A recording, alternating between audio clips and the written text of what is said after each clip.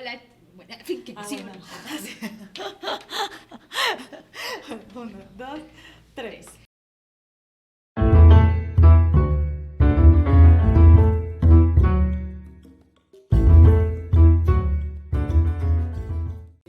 Hola, bienvenidos a Get Fluent Spanish. Para hoy vamos a hablar de 10 palabras que los van a hacer sonar más naturales cuando estén hablando en español. Exacto. Estos verbos o estas palabras generalmente no tienen una traducción muy precisa o muy específica en inglés, o ustedes necesitan más palabras para expresarlas. Y esas palabras muchas veces los estudiantes las usan en español, pero esa no es la forma natural de decirlo. La forma natural es con estos verbos específicos de los que vamos a hablar. Bueno, entonces vamos a empezar con el verbo madrugar. ¿Qué significa, André? Madrugar es to wake up early. Nosotros sí decimos levantarnos temprano, pero levantarnos temprano es como a las 7, 8, para algunos 9, 10, depende de cada quien. Pero madrugar es levantarse antes de las 6, sobre todo en Latinoamérica, siempre tenemos el sol a la misma hora, entonces es antes de las 6, cuando el sol aún no ha salido o cuando está saliendo. Exactamente. Relacionado con este verbo tenemos un adjetivo que es madrugador o madrugadora, que sería lo que ustedes llaman en inglés an early person. No es mi caso, yo no soy madrugadora. Yo tampoco. Aquí nadie madruga. Entonces recuerden, levantarse antes de las 6 de la mañana para nosotros es madrugar. Porque tiene su propio verbo, es difícil. El segundo verbo es exactamente lo opuesto a madrugar, es trasnochar. Una persona que se va a la cama tarde, pero nosotros no decimos, ay, me fui a la cama tarde, decimos trasnoché. ¿A qué hora se trasnocha, Merly? Uno trasnocha después de las 12, ¿sí? Antes de las 12 es acostarse tarde, ¿sí? Me acosté tarde, pues un niño puede acostarse tarde a las 10, 11, trasnochar más o menos después de las 12. Muy importante, no decimos ir a la cama tarde, eso no existe. No, nunca lo decimos. Entonces, podemos entenderlo, pero no suena natural, suena extraño. Entonces, trasnochar. Una persona que siempre trasnocha es una persona trasnochadora o trasnochador. Los siguientes verbos tienen que ver con comida. Desayunar, almorzar y cenar. ¿Listo? Nosotros no tenemos to have breakfast, lunch o dinner, ¿sí? No decimos tener almuerzo o desayuno. Es rarísimo. Muchos estudiantes usan el verbo comer en vez de tener porque saben que no usamos tener con comida. Entonces dicen, comí desayuno, comí almuerzo, comí cena. Y sí, es entendible, no está mal, sin embargo es muy poco natural.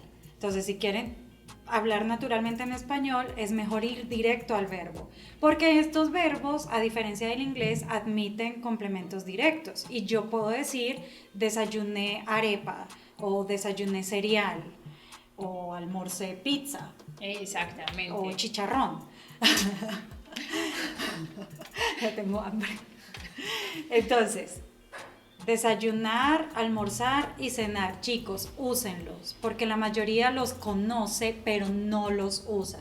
Siguen diciendo comer desayuno, comer almuerzo, comer cena. El siguiente verbo en la lista es llevar puesto. Entonces, todo el mundo dice, tenemos una invitada. Bueno. Tita no lleva nada puesto. Exactamente. Da vergüenza salir así. Ella no lleva nada puesto, ella es una indecente.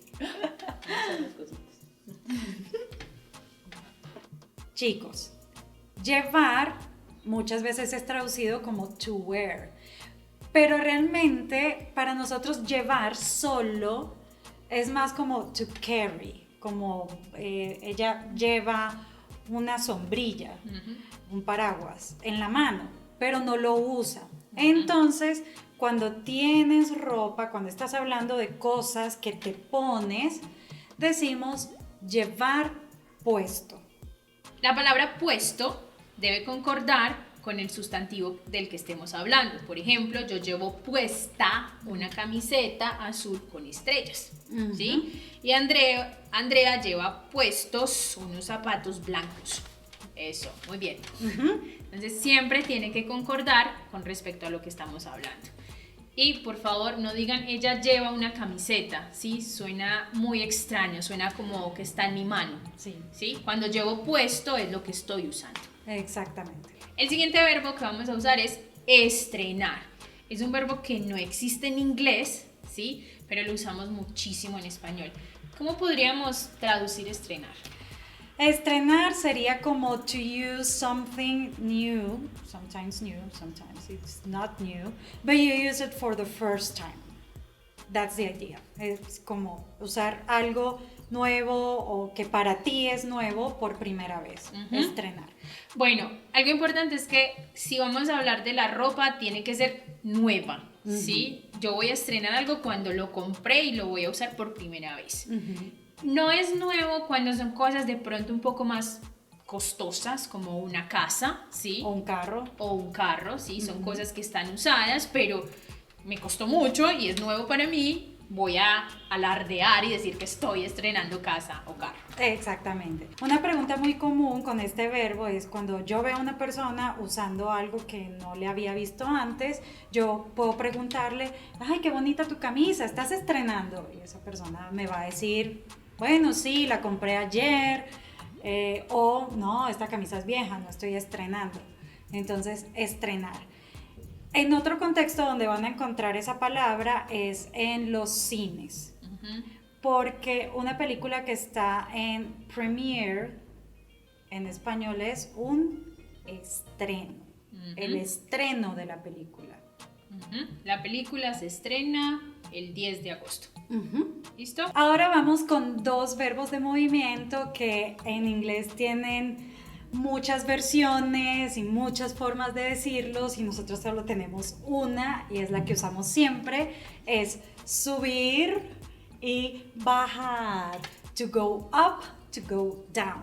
No importa el medio de transporte que usen, ¿sí? Puede ser caminando, puede ser en carro, puede ser en bicicleta, arrodillado, no importa, pero todo lo que implique este movimiento hacia arriba es subir.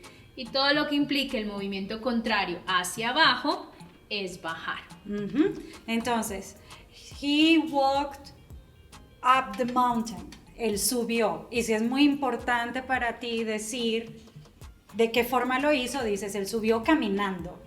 O él subió en bicicleta. O subió en carro. Pero todo es subir y bajar. De la misma manera, conceptos como upstairs, downstairs, es en español arriba o abajo, ¿sí? No tenemos nunca como escaleras arriba o escaleras abajo. No importa la forma, ¿sí? Siempre es lo que está más alto es arriba, lo que está más abajo es abajo. Exacto, abajo. Abajo. Exacto. Y si quieren decir to go upstairs, to go downstairs, es subir las escaleras, bajar las escaleras. El próximo verbo en lista es el verbo salir, que significa literalmente to go out. Literalmente. ¿Eso qué significa, chicos? Yo puedo salir al balcón de mi casa, pero todavía estoy en mi casa. I didn't leave. Entonces, la traducción de salir como to leave no funciona en la mayoría de los casos porque no estás abandonando el lugar. Eso suena un poco extraño, ¿sí? Cuando realmente abandonas el lugar, nosotros decimos irse, ¿sí? Es un poco extraño cuando dicen salir de Colombia, ¿sí? O salir suena como que caminaste un poco afuera del país, ¿sí? No suena como que realmente lo dejaste. Entonces, no decimos salir de Colombia, sino me fui de Colombia. Para dar la idea de lejanía y de abandono del lugar. Pero salir es exactamente eso. Salir de mi casa no necesariamente quiere decir que estoy abandonando la casa por un rato, puede ser literalmente que estoy afuera, ¿sí? Nada más. Decimos salir con los amigos, ¿sí? Como ir afuera con los amigos, no para siempre salir con alguien cuando estamos empezando a tener una cita con un chico sexy. Exactamente. Entonces, si van a decir eso, to go out o to go outside, no decimos ir afuera, decimos salir. Listo, chicos, esto es todo por hoy. Por favor, empiecen a usar estos verbos, créannos, van a sonar mucho más naturales en español, como un nativo. No olviden seguirnos en nuestras redes sociales, en Instagram, @getfluentspanish, y seguir nuestra página getfluentspanish.com. Chao.